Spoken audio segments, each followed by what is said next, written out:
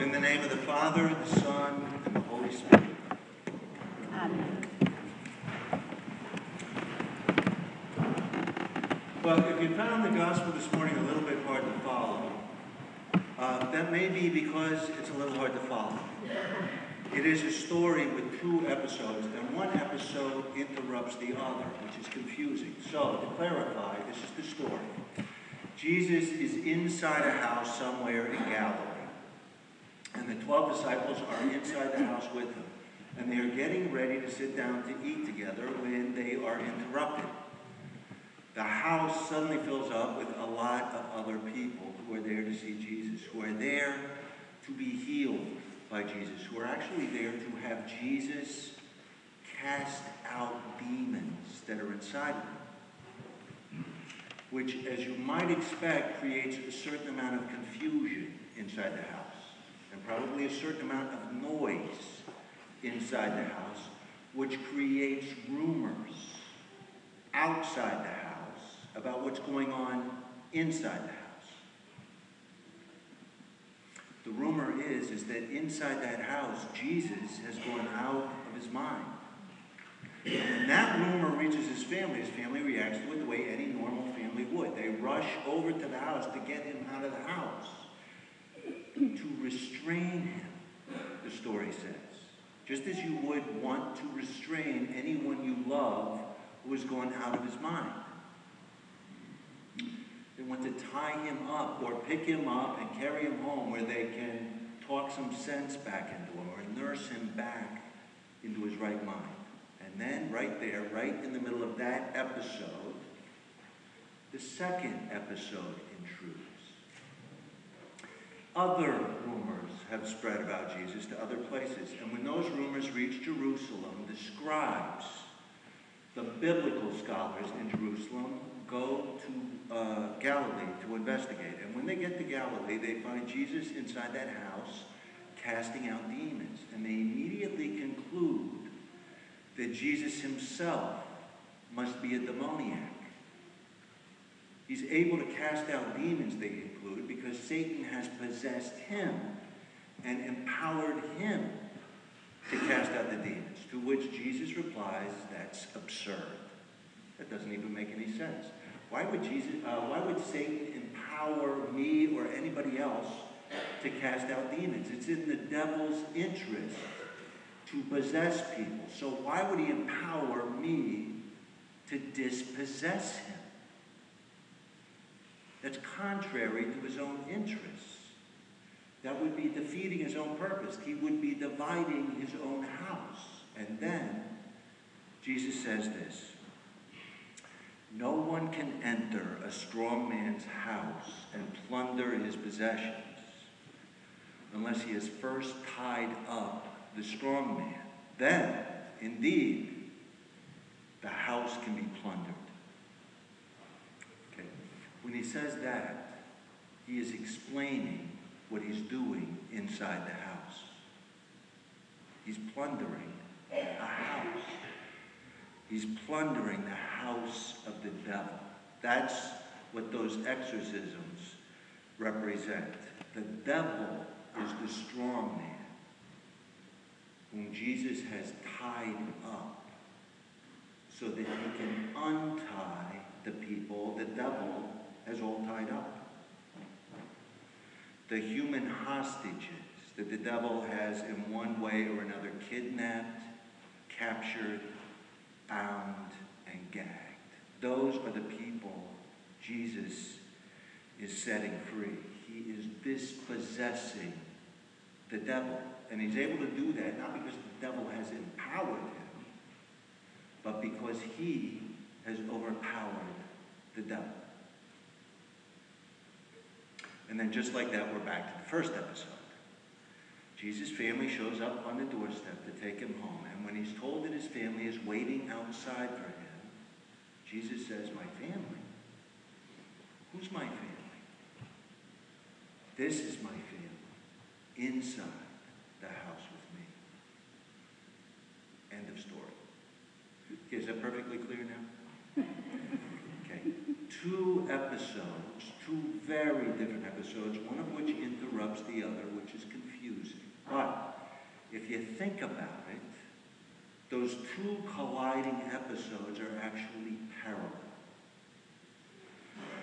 Okay. Both stories, or both episodes, are about a group of visitors to that house in Galilee. And both groups of visitors are responding to rumors. Okay, in the first episode, Jesus' family thinks he's going to have his mind. In the second episode, the scribes think Jesus is a demoniac. But in first century Israel, that was just two ways of saying the same thing. Demoniacs are out of their minds. People who are out of their minds were commonly thought to be demoniacs. His family has one phrase for what Jesus' problem is. The scribes have another phrase for what Jesus' problem is. But both groups agree that Jesus has a problem. In fact, to both groups, Jesus is a problem. To his family, Jesus is something of a public embarrassment. To the scribes, Jesus is something of a threat. Both groups have the same solution in mind. They want to see Jesus restrained. They want to see the strong man tied up. It's just that they have the wrong strong man in mind. They're a little confused. They don't recognize who is inside the house. Presumably, no one in Israel knew Jesus better than his own family. Presumably, no one in Israel knew God better than the scribes. But neither group understands what is going on inside that house. They don't see what he's doing. They don't hear what he's saying. Obviously, the scribes can hear what he's saying and see what he's doing, but they don't understand what they're hearing and seeing, because just like his family, they're outside looking in. From the outside, you can't understand what's going on inside. Both groups of visitors are outside what he's doing. And being related to him by blood doesn't get you inside, just as being related to him by religion doesn't get you inside. It's not about who your family is or about who your family isn't, any more than it's about what your religion is or what your religion isn't. It's not even about how well you know the Bible. Knowing the Bible is really helpful. If we knew the Bible better, I believe we would know God better. But just knowing the Bible by itself, like a scholar, isn't very helpful. By itself, the Bible is just this heavy object which is useful for beating other people over the head. By itself, the Bible is sometimes very confusing. If we want to get inside the Bible, then we have to know more than the scholars. If we want to get inside the Bible, we have to do more than know what it says. We have to be willing to do what we know. Okay. If we're not doing what we're reading, then we're standing outside of what we're reading. But if we take the words out of the book and live out the words, and the words come to life, the book becomes much clearer because the book now is inside of us. That's what it means to be inside the book. That's why at the end of the story Jesus says, "My family is whoever does the will of God." That's what it means to be inside of what he's saying. It means to do what he's saying. It means to obey. Obedience precedes understanding. Okay, that's what it means to be inside what he's saying. What does it mean to be inside what he's doing? Well, who's inside the house in Galilee?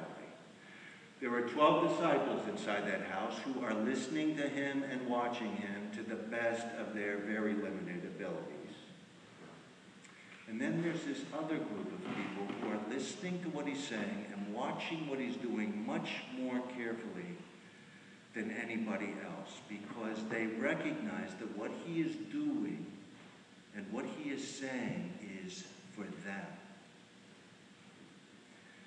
It's the demoniacs.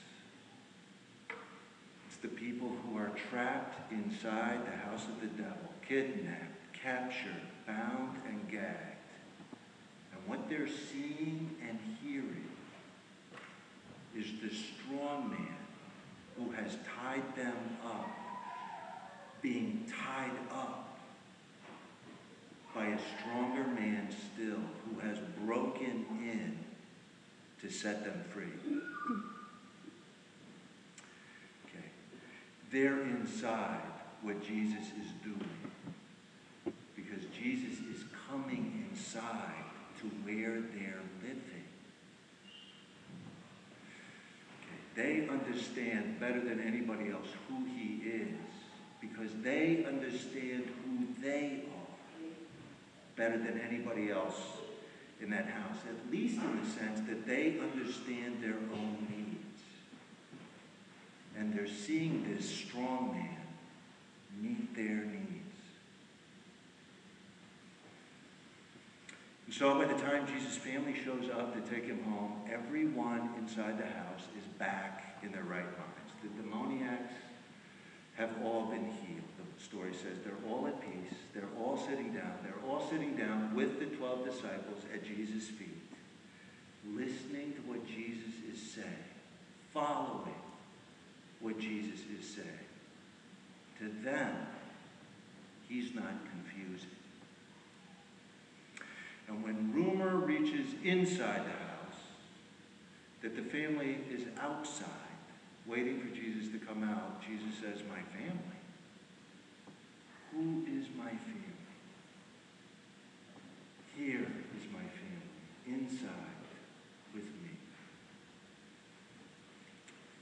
Inside what he's saying, inside what he's doing, participating in what he's doing, following what he's saying, doing what he says. He is not interested in overpowering us. That's not what obedience means. He is interested in empowering us, untying us, and setting us free. And that doesn't always begin with obedience. It doesn't always begin with our doing what he says. Sometimes it begins with our not doing what he says. Sometimes it does begin in the house of the devil, wherever that may be, wherever we may be stuck, whatever may be restraining us or overpowering us. Jesus comes in to overpower. Whatever keeps us from going to him cannot and will not keep him from coming to us and untying us. We can deny him. We can betray him, we can disobey him, but we cannot restrain him. Whether or not we do what he says, he always does what he says. Those who know him best say so. Those who know him best are those who know themselves best and know what they need the most and have seen him meet their needs. These he calls his family. To the rest of us, he's either an embarrassment or a threat. And I think you know what I mean by threat. I mean, he's always staking out our houses, threatening to break in and dispossess us.